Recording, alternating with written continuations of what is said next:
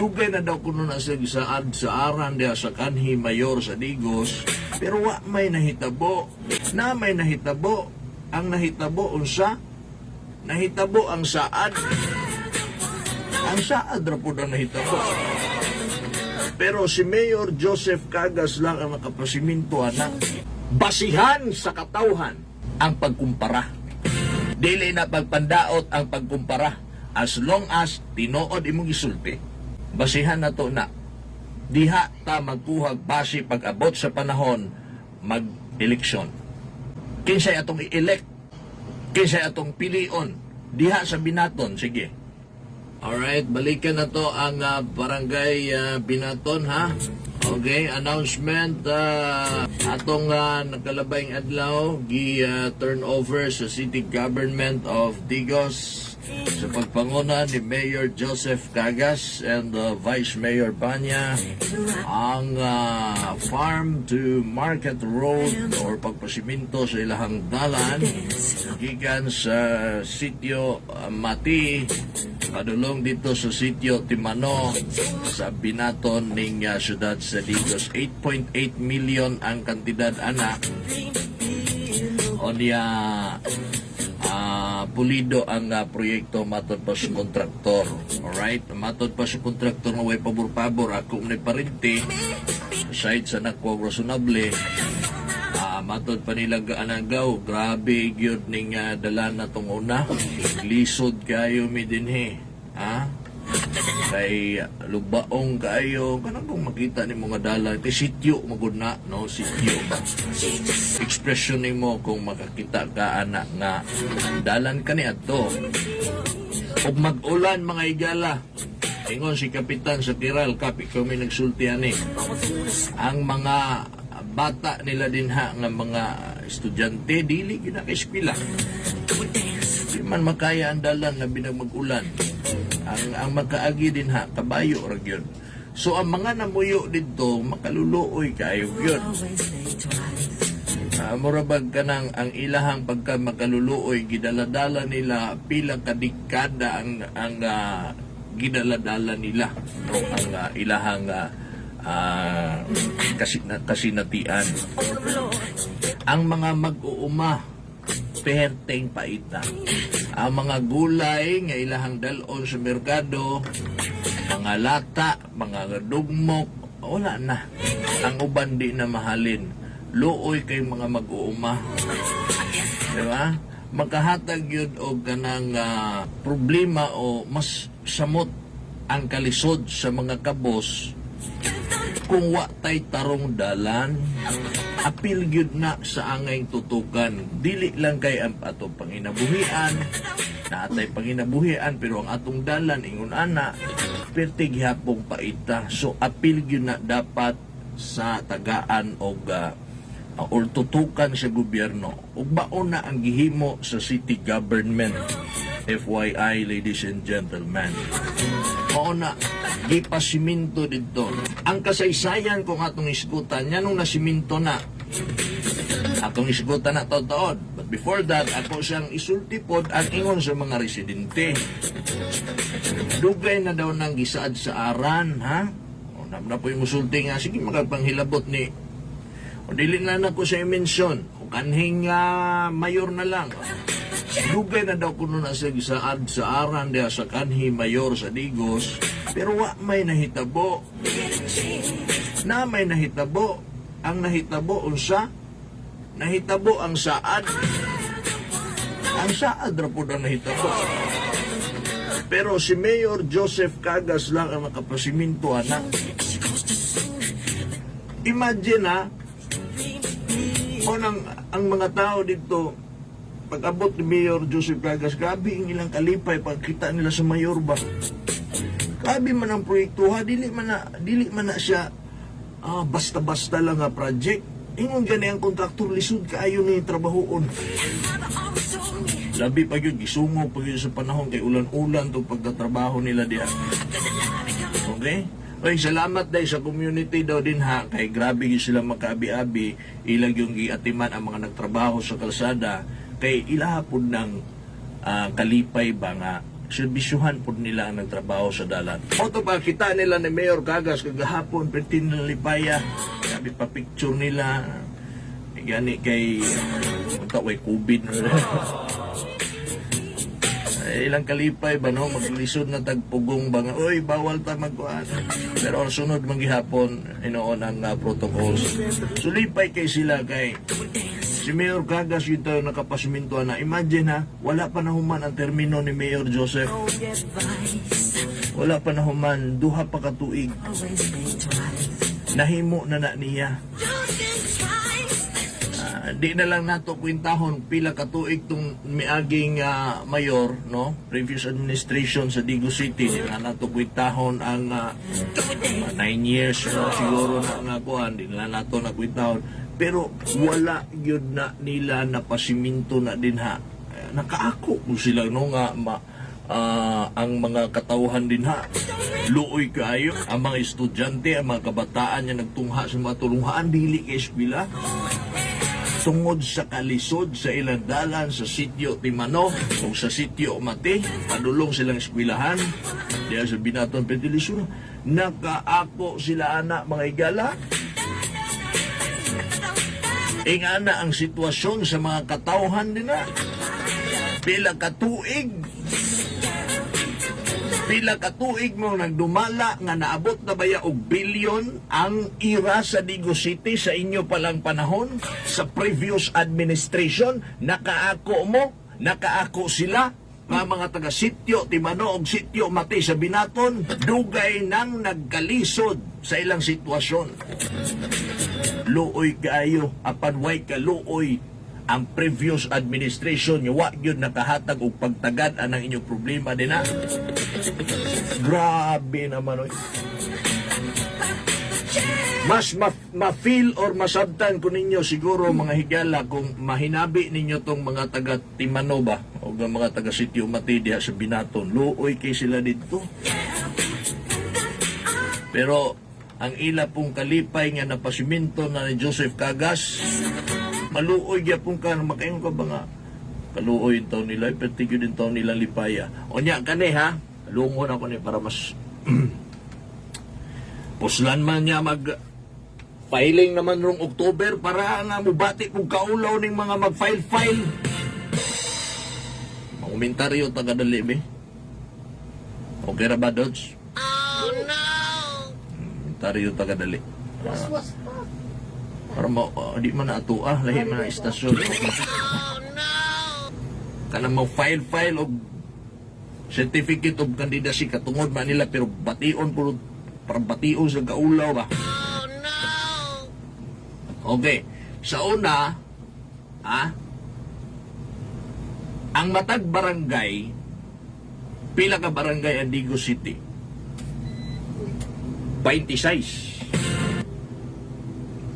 Sa una, kada tuig, ang imong barangay, tagaan lang ka, budgetan lang ka, o 1 milyon. Kung masubra, swerte na ka na. Ha? Kada tuig, proyekto nga madawat nimo sa imong barangay, 1 milyon. Ha? O sa may mahimo ang 1 milyon sa barangay? O karon, ka Mayor Joseph Cagas lagi, pila iyang nabubo din ha sa Binaton. Katulang ha, katulang sa sityo lang nga dalan. 8 million, 8.8 million. So kung sunon niya ang estilo sa panggobyerno nga kinaraan, ambot unsa ilang basihan anak nganong nahitabo na o nganong ging-ana nila. Kung sunon ni Mayor Joseph Cagas na pang 8 years na kana nga proyektong iyang giton over nga farm to market road din sa sitio Mati sa Binaton, kung sunon niya tong kinaraan pang 8 years na kung 1 million laman day kada tuig di 8 years na kay 8.8 million yung kantidad anang nga proyektuhan na, di ba? Musugot mo ana, panalitan, sunon niya mo ana si Mayor Cagas, 8 years pa kumubalik din niya, kay 8 million ba yan eh? Kaysa kanhi ba ya?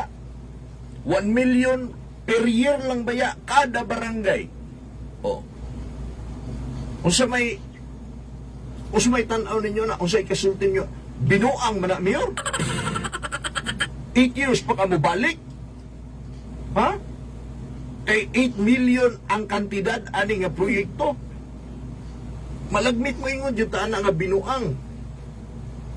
Pero katong naghimo anak kaniadto nga 1 million lang per year matag barangay, di ka musultig binuang to. Di ko magsultig pangalan, pero alam nyo na yan. Ha? Did you get my point? Mo na din ha. Basihan sa katawhan ang pagkumpara. Dili na pagpandaot ang pagkumpara as long as tinuod imong gisulti.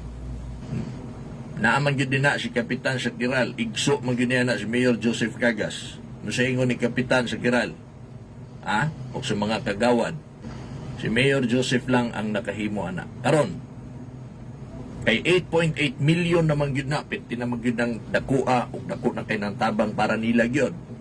Ingon, nisingit pa gyud si Kapitan Shakiral. Ana siya.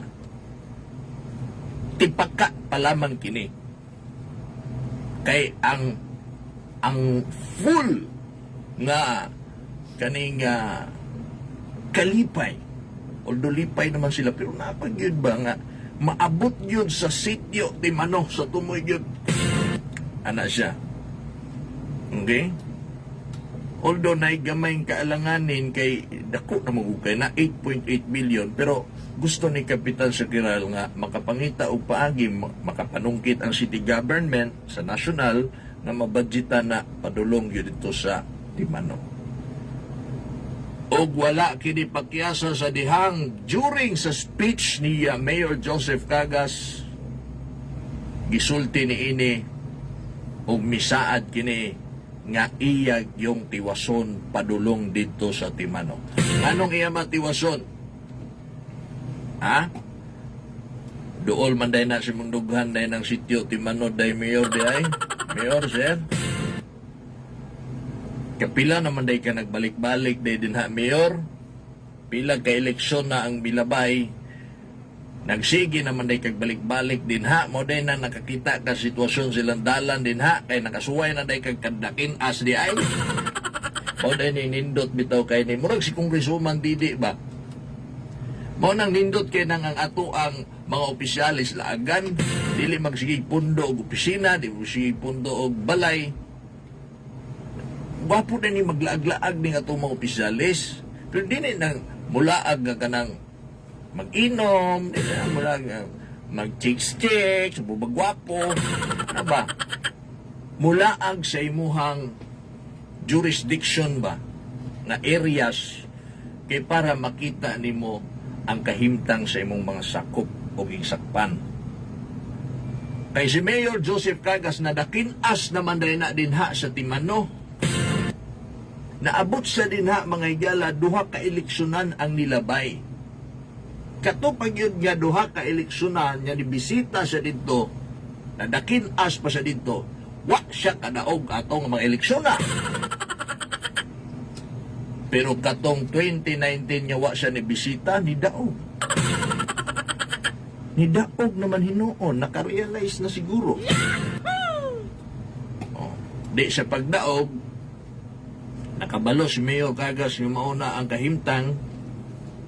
Ikaw daw madakinas, di ba kakabalos kahimtang?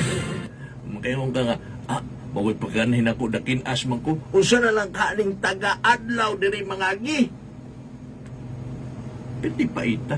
Mauna, pasiminto yun ni Mayor Cagas, lapos yun na dito sa Timano. Ha? Og ang inyong mga produktong gulay din ha, og ang mga bata nga mutong ha, og ang inyong mga kabayo, ayahay nga mag-agi-agi sa simentado nga dalan. Dili mo tipiron sa city government under the leadership of MJFC, 26 barangays apod-apuran sa maayuhon yung mga programa o proyekto. sa city government. Apod tanan. Natural man ang naiduol sa dughan, pero ang paghatag o ang pag-apod-apod, pantay o patas. Aliado man ka o dili. Ha? Dili naman na siya question para ka mayor. Yan ibuto ka sa iyaha, pero maka-avail ka sa kaayuhan kay kwarta man ni sa digos. Ha? Unsa may kolor nimo sa politika, unsa may relihiyon nimo, unsa may batasan nimo, wa nay basihan. Unsay basihan, presidente kag digos, avail ka. Kontra man ta, dili na basihan. Nasuko man kanako, dili na basihan. Ha? Kawatan man ka, dili na basihan, pero ipadakop ta ka. Pwede kang muagi aning dalana na. Bisan yanig ka ng mga dali na lang kung musultihan na sa pagkakaroon kay grabe.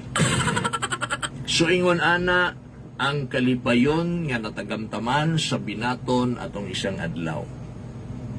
Okay? Klaro na, nasulti na nato tanan. Sa mga panghitabo dito sa Sitio Umati down to Timano sa binaton. Ipaabot lang nato sa kanginan ang pagpasalamat sa mga residente. Dako kay kog pasalamat. Harbay ra gyud mi diri. Lapok-lapok pag yun ning karsada. Pangandoy sa mga tao dito. Na mayor na but man na dito wa pa na mayor na but na nagtog si Manong. Oh. So lipay mo ni, lipay mo. Na dako kay pasalamat. Lipay kayo. Okay, sige. Ikaw, Brad, sa imong istorya kami. Pare sa kamiyor, ako sa buko ka Vice Chairman sa among purok sa Timano. Salamat kay ko sa pag-abot sa among karsada kay pila ka miyor abot sa digo sa una wa ginahimo. Nakabuhat rin pero wa na human. Salamat kang miyor isip kagas nga sa pag suporta sa amuha nga may karsada na buhat. Unta ako pong pabot kini nga ta malapos unta gid sa Timano. Tungawing karsada kay kalipay mo nako. Kay kami tagamati naapo mi sa Timano area na bukid sa mato si chairman ganina kapitan. Na area mas labo no area na mo dito sa sulod. Tulay po dito, ilahang gyapon to. Salamat kayo. Paabot lang kang mayor nga. Salamat ako si Abing Diaz. Salamat kayo nga naabot ang karsada karon karna sa engineer. Salamat kayo nga. Amo pre kamot lang tagod nga hangyo lang tabang sa inyo po nga pagpaabot nga maabot ng tasa. Mamatay niya ganina nga tiwason daw sa imong istorya to. Salamat kayo.